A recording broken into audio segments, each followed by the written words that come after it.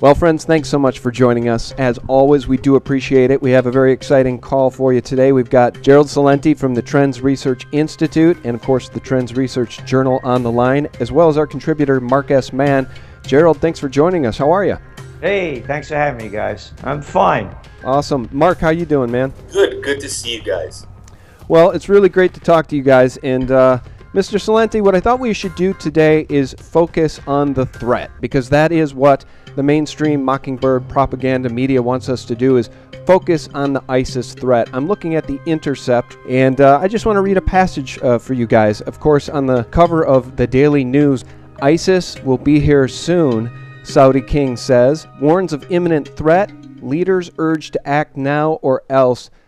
Sounds like problem, reaction, solution to me. Let me just read you this passage. In a new Islamic State video, a bearded fighter speaking fluent British accented English describes UK Prime Minister David Cameron as a despicable swine and calls for terrorist attacks against the West. Now, as a result of this, you guys, what's happened is late last month, the United Nations Security Council passed a resolution aimed at prescribing the ability of foreign fighters to travel and mobilize. It has been designed broadly enough to give member states what is essentially a blank check to stifle dissident movements of all types. Does this ring any bells for you guys? I mean, as you've always said, Gerald, when all else fails, they take you to war. And that seems to be what's going on here. And now they're telling us we're going to get hit by ISIS here at the homeland any minute. Well, let's go back to the beginning of what you wrote. The first one was about Saudi Arabia and the ISIS threat. And were they going to be a threat to the Saudis? I mean, the Saudis only beheaded, 22 people in August? ISIS only got 2. So, I mean, and this whole beheading thing. How many people has the United States military murdered since the war on terror began? Depending on whose numbers you're looking at, between Afghanistan and Iraq, we're looking at over 1 million. Hey, how many countries has that Nobel Peace Prize winner bombed Obama in his 6 years? Only 7. Hey, yeah, but kill them with drones, blow them to pieces with bombs, and that's okay. Hey, how about what just happened over there in Gaza? 2,100 people, mostly women, children, and the elderly, were killed, were bombed. Bombing's okay, but beheading's bad, and everybody bought the BS. And did you hear that little clown Pinetta, or Pinata he should be, because somebody should hang that little creep up and bang him around, the former CIA and Pentagon chief, one of these little boys that likes to start fights but never could fight one? Oh yeah, we're going into a 30-year war. Empty out your pockets. The military-industrial complex wants your money and your life. How much clearer does it have to be? Oh, and what did that guy, if you could repeat what he wrote about Cameron or said? Yeah, a bearded fighter speaking fluent British accented English. I should remind everybody, and I do want to point out that even the Telegraph said that the original Foley murder video may have been staged, but of course the Mockingbird media never talks about that. The bearded fighter said, despicable swine. He said, well, I agree with him. I think Cameron's a despicable swine. And I think Bush is a despicable swine. And I think Cheney is a despicable swine, and Blair and Obama and the Clintons and all the rest of these mass murderers that start wars based on fake reasons and slaughter innocent people. Why can't anyone call a spade a spade? These are how I forgot Sarkozy and little boy Hollande. Yeah, you remember going into Mali to get them militants. Yeah, I tells you. Oh, yeah, the place that used to be French Indochina. You colonial swines. Stay home, mind your own business. And the other thing, speaking about slime and robbing us of our rights under the guise that Hades, ISIS could be anywhere, melted into society, and we gotta get them and we gotta watch them, and we have to rob you of all your rights. NSA, CIA, FBI, you name it, they're watching us, they're looking, Homeland Security. These morons couldn't stop a guy from jumping over the White House fence and running inside and they're gonna ransack the joint. Who are they kidding? They're the inepts and the incompetents. When are people gonna wake up that the same jerks that are running City Hall are running the countries into the ground? How much more evidence do you need? Mark over there is a close combat guy like I am. This thing never would have happened with the people that we know that would be guarding the White House. And look what they can't, the most protected building in the United States. And a guy that can't even run fast, man, jumps over the fence. Whoosh, he's in there and running through the joint before they could stop him. So who are they kidding with this stuff? They're losers. Add them up. Anybody that can count to 5. They lost the Korean War. They lost the Vietnam War. Oh, yeah, but we only killed 3 million people in Vietnam, they says. And we only dumped Agent Orange all over the joint. If you gave us a couple of more years, oh, yeah, like the longest war in American history, the Afghan War. Yeah, like that. We could have killed maybe another 10 million. Oh, and then, of course, the Afghan War, the Iraq War. How about that humanitarian mission by Obama that destabilized Libya, overthrew a sovereign country, and has caused the creation of these militant groups? A militant group, by the way. A militant group. Let me ask you this question. Let's pretend that you're an Iraqi. And let's pretend that another country started a war in your country based on fake reasons, lies, and your whole family was slaughtered. Your city is destroyed. Most of your friends and loved ones are dead. You think you want to get even? Do you think you'd want to get even? We talk about all the time. We talk about that all the time, Gerald. And a lot of people can't put themselves in those shoes because they're blinded by false patriotism. And they just, like you said, guys like us would never allow it. We would do everything we could to even the score. But you talk about timelines. Well, go back to that. Let's stay on that a second. Okay, sure. You said that, they're blinded by patriotism. No, they're not. They're cowards. They're cowards. Because they can never imagine themselves fighting back. Terrorists. I agree with you. I definitely. How about, like we used to say in the Bronx, payback's a bitch. Absolutely. And the thing is, too, they can never turn the mirror back on themselves. They won't even look in the mirror to consider the crap that their own country does to create terrorists. We talk about that all the time at SGT, how, maybe there are some people that do want to hurt the United States, but why are they doing that? People just can't really grasp that at all. Well, if I may, you guys, I want to jump in and I want to just remind everybody that it was Prince Bandar bin Sultan who told Russian President Vladimir Putin that the Arab kingdom has control over the Chechen jihadists, and he threatened the Olympic Games in Sochi if Putin didn't back war against Syria. So now we've come full circle, right? The Telegraph says the beheading videos of Foley may be faked.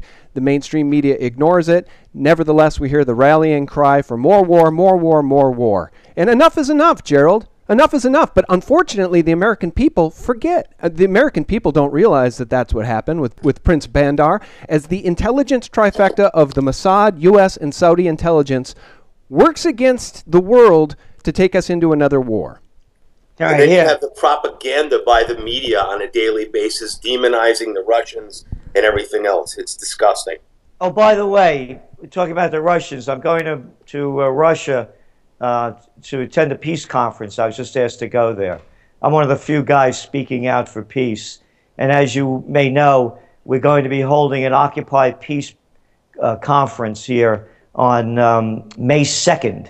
We have permission from the city of Kingston to close down the intersection at John and Crown Street. You've been here, Mark, that the the most historic corner in the United States. The roots of the revolution and democracy was sown here. And with Occupy Peace, we're going to have takeaways. This isn't just going to be a rally to go to and scream and yell. We're going to have action plans to put in place so we stop this madness. 30-year war, this clown Pinhead talking about. Who's he kidding? 30-year war. Was he reading fairy tale history books? The next war may be the last war. Wars of weapons of mass destruction. Nuclear wars. Wars of biological warfare. Suitcase-sized nukes. Dirty bombs. This little jerk. And anyway, when we're talking about what's going on, I wrote this book in 1996, Trends 2000. Listen to the commander-in-chief's last speech to the nation. He said basically, we're going to war, and here's his quote, against the Islamic State. That gives you a name really to hate, right? Hey, an Islamic State. Let's hate them Islamists or Muslims. Very cleverly done. I wrote this again 14 years ago. The seeds of the new crusades was sown in areas of Africa, the Middle East, Eastern Europe, and Asia. Throughout the Muslim world, devout masses, politically repressed and impoverished, were rising up against their endemically corrupt and inefficient secular governments with their pro-Western alliances. Imperialism, directly or indirectly, took the blame for the poverty, the lack of opportunity, and the social and moral decay. Disenfranchised, desperate, politically powerless, Muslims in many countries look to charismatic clerics to change their destiny. And I go on to write about Crusades 2000 will begin in the new millennium.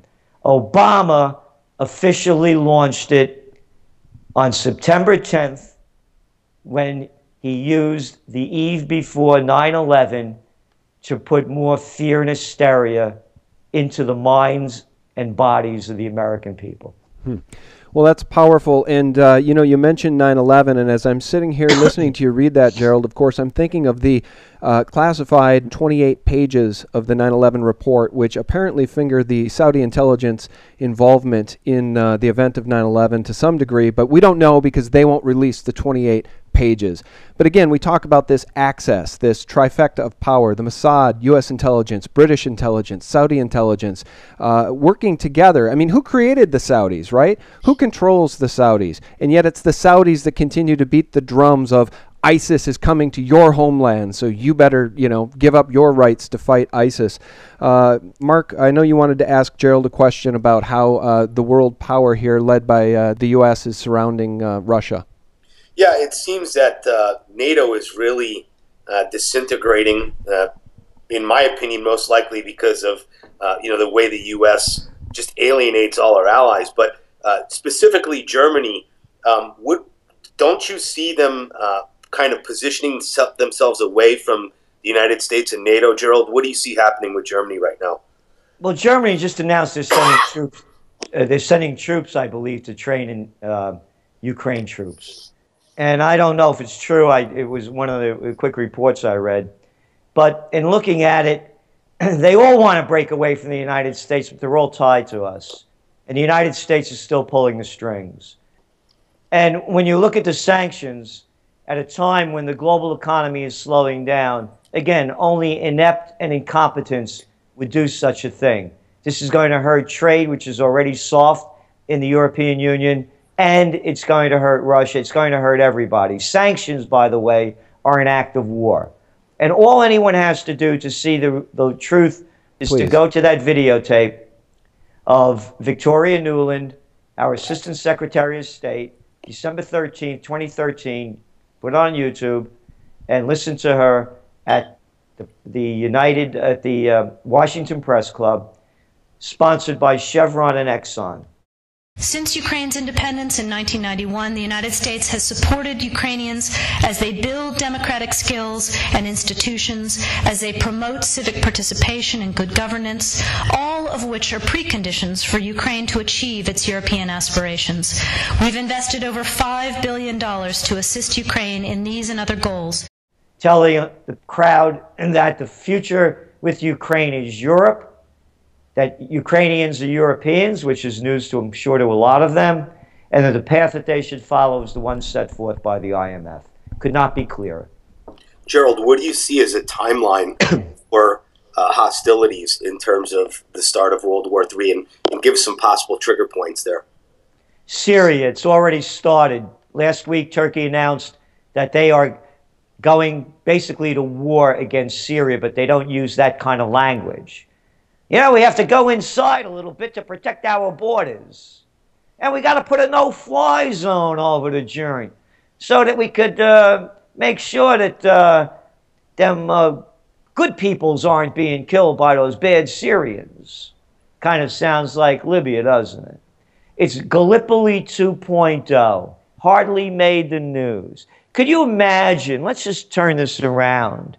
Could you imagine Canada coming, if they had problems with the United States, say, listen, you know, we're coming into Michigan and we're going straight through to Oregon. We got to seal more of your borders to protect ourselves. And we're going to put a no-fly zone over the United States. You know, stop them flies from coming in. It'll be good for you. Who would tolerate it? It's war. Another war, by the way, going back, that the Saudis, the Arab Little League, started against Syria. It's the Sunnis against the Shia. It's about oil, by the way, the bottom line. The pipelines going through Syria. Oh, and this is big news. Since June, Brent crude has fallen from $115 a barrel to almost $90 a barrel. I've been watching the oil since 1973 when I used to work for the chemical industry, and I was at meetings when they had the oil embargo in D.C. This is the first time the Saudis have come out and said since then to stop production, slow production, cut production. This is huge. This isn't a market manipulation. This is a signal of the global slowdown. China's going through a recession. Their real estate bubble has popped. I'm looking at numbers where they're showing 70 million vacant luxury apartments in China. You're looking at real estate prices after going up, the real estate market's growing 26% in 2013, already down the first quarter, almost 8%. Consumption of oil is down. It's not oversupply. Yes, there's more supply on the market, but demand is way off. Go back to the Saudis. Their economies are collapsing. They need the dough.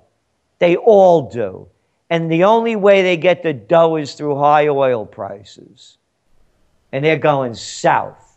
So the further south they go, the hotter the wars heat up. Remember, as you mentioned, when all else fails, they take you to war. Yeah, and I just want to say this too, guys. I don't want to beat this to death, but it needs to be said.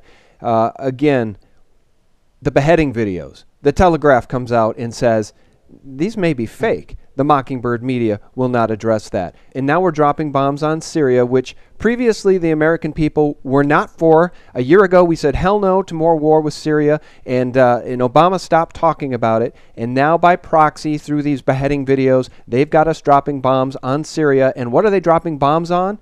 Syrian oil refineries. Yeah, I know. Assad's infrastructure. I know. Anybody paying attention knows this. Oil. You know? Anybody paying attention knows this is about getting Assad and destroying Assad and toppling Assad. This is not about ISIS. ISIS is a creation of the intelligence trifecta. That's my opinion. Do you agree? No, of course. That's what I said when you listen to Obama's September 10th speech. You're 100% correct. And they're using ISIS as a front. And again, let's even suppose they cut the guys' heads off and it's real. As I said, It's okay to bomb people, blow them little kitties to bits. Did you see those photos of dead children in Gaza? Yeah. Yeah. That's all right, man. Yeah. No, hey, they was human shields. Oh, yeah, you knew that if they were, which most reports say they weren't, you're still going to slaughter them?